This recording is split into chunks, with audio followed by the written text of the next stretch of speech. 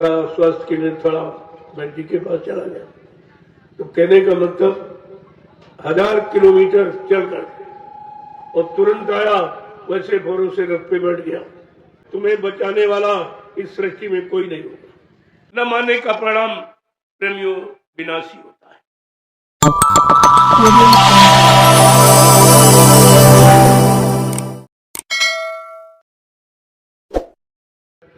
थोड़ा सा संदेश सुन लीजिए। पता नहीं फिर आपका शरीर न रहे या हमारा न रहे, इससे कोई जरूरी नहीं। समय सबका निश्चित है, समय से कोई बचा नहीं आज तक। समय ने सबको मार गिराया है, तो इसलिए जो समय मिल जाए वो अपना सौभाग्य समझिए। अब ये भी समय बंद होने वाला, समझौती का समय बंद होने वाला। अब ज्यादा हर चीज की अति सर्वत्र वर्जिते अति वर्जित होती है। समझाने का समय बहुत निकल गया, जीवों की समझ में नहीं आया। चलो संसारी न समझे, गुरु परिवार को लोग नहीं समझ रहे, गुरु परिवार को लोग इसी संत वचनों का निरादर कर रहे हैं, उनमें रोक टोक बंधन लगाते हैं। इनका क्या होगा? इनके लिए कौन सा नर्क तैयार किया जाएगा जो गुरु के वचनों में बाधा डाल रहा?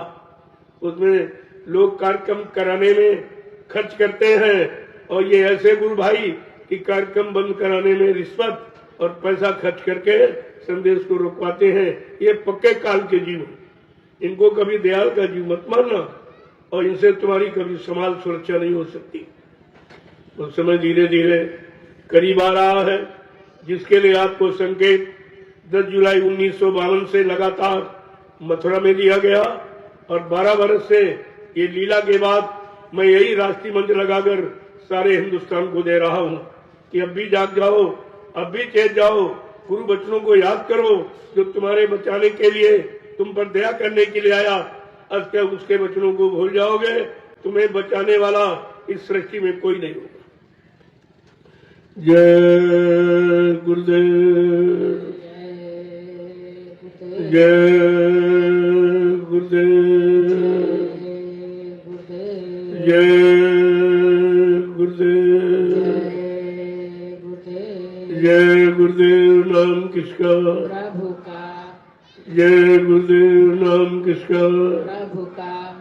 प्रभु का प्यारा नाम। जय गुरुदेव। समृद्धाता दयालु पूज्य स्वामी जी महाराज आज शिवरात्रि के पावन पर्व पर जो ये 5 दिवसीय आध्यात्मिक संदेश सुनाने का जो अवसर दिया जा रहा है, ये संपूर्ण मानव जाति के लिए, एक जाति एक मजहब धर्म के लिए नहीं, सबके लिए। संत महापुरुषों का संदेश सर्व मानव हितकारी होता है और आत्म कल्याणकारी होता है, भौतिक और आध्यात्मिक दोनों तरफ का होता है। अगर इसमें नहीं समझ पाए फिर तुम्हारे लिए समझने का और कहीं मौका नहीं मिलेगा। कहीं तुम चले जाओ दुनिया में, ये संदेश आपको कहीं नहीं मिलेगा। इस तरह की परमार्थी सेवा हिंदुस्तान में कोई नहीं कर रहा, चाहे वो राजनीतिक पक्ष हो चाहे धार्मिक हो। कोई जानता ही नहीं कि परमार्थी सेवा क्या होती है। स्वार्थ सेवा, शरीर सेवा, परिवार सेवा, देश सेवा, समाज सेवा तो आप जान गए, लेकिन अपनी जीवात्मा की सेवा नहीं जाने कि भाई हमारी जीवात्मा का कल्याण कैसे हो, जिसके लिए परमात्मा ने ये मानव अनमोल मंदिर दिया है पंचभौतिक। ये केवल प्रभु प्राप्ति के लिए मिला था, और कहां से कहां लोगों ने लगा दिया, पहुंचा दिया कि मनुष्य मंदिर अगर बिगड़ जाएगा दोबारा नहीं मिलेगा। ये तो करोड़ों जन्मों की तपस्या, करोड़ों जन्मों के पुण्य, करोड़ों जन्मों की सेवाएं जब आपकी इकट्ठी हुई, उनका उदय होने का वक्त आया, तब परमपिता परमात्मा ने ये मानव अनमोल मंदिर का अवसर आपको दिया और कहा जाओ किसी संत महात्मा की तलाश करके अपनी जीवात्मा के कल्याण की युक्ति ले लेना, जीवात्मा को घर पहुंचाने का रास्ता ले लेना। अगर तुम चूक गए तो फिर 84 जाओ, अगर अगली बार चूक गए तो 4 खान 84 लाख जो नरकों की योनियां भोग के आए हो, आपको फिर उसी में जाना पड़ेगा। फिर पता नहीं महापुरुषों का आना जाना इस मृत्यु लोक में हो ही ना हो। उनकी दया मिले न मिले, उनका इशारा आपको समझने का अवसर मिले न मिले, ये कोई जरूरी नहीं है। मेरा स्वास्थ्य बहुत खराब है, फिर भी मैं आया हूँ, आपसे वादा किया था। मेरी इसी स्थिति में कोई नहीं। 12 घंटे नैमिषारण से चलकर मैं यहाँ आया।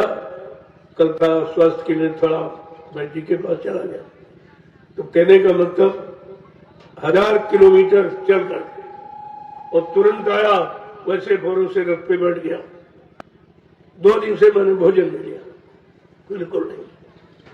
फिर भी यहाँ आपकी सेवा से कतरा नहीं रहा, सेवा करूंगा, क्योंकि ये संकल्प है जब तक शरीर में श्वास रहेगी तब तक ये बच्चों की सेवा करता रहूंगा। ये संकल्प है, ये जीव को जगाने का, अच्छे सच्चे समाज के निर्माण का ये संकल्प है। और संकल्प को पूरा किया, इसलिए आप इसका लाभ ले लो। पता नहीं हमारा तुम्हारा अवसर रहे रहे न रहे, कोई जरूरी नहीं है, क्योंकि पंचभौतिक शरीर का एक समय निश्चित। जो अपनी इच्छा से आते हैं वो काम करके अपनी इच्छा से चले जाते, न उनको कोई उधर से भेजता है, न यहाँ को कोई ले जा सकता। और आपको पहले इशारा किया कि बच्चा, न मुझे कोई मार सकता, न मुझे कोई धोखा दे सकता, न मुझे कोई धन दौलत सामान से खरीद सकता, न कोई बीमारी ग्रसित हो सकती। ये ऐसा कुछ नहीं है। जो कुछ होगा वो जीवों के लिए होगा। ये मौज में होगा कि किसी तरह से जीव का भला हो जाए, जीव का कल्याण हो जाए। उसके लिए चाहे जितना शरीर से कष्ट उठाना पड़े, लेकिन जीवों की मदद की।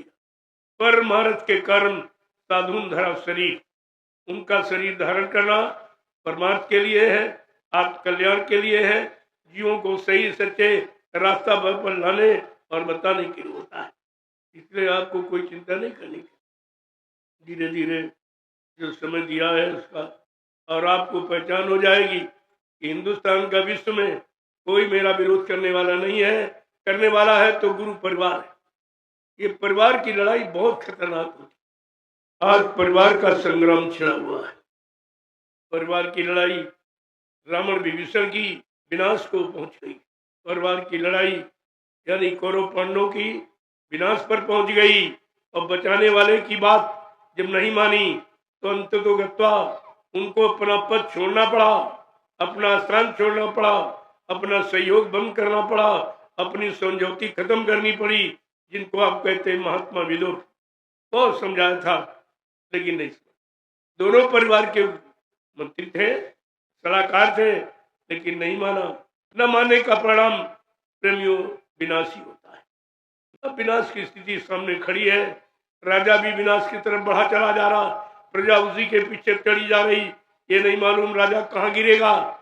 जा सुराज प्री प्रजा दुखारी, स्वर्ण भवस नरक अधिकारी। जिसके राज में प्रजा दुखी है, प्रजा परेशान है, प्रजा काल मौत में जाती है, वो राजा नरक में जाएगा। उस राजा के पीछे चलने वाले जीव नरक में चले जाएंगे। आपको धर्मशास्त्रों की बात सुननी चाहिए।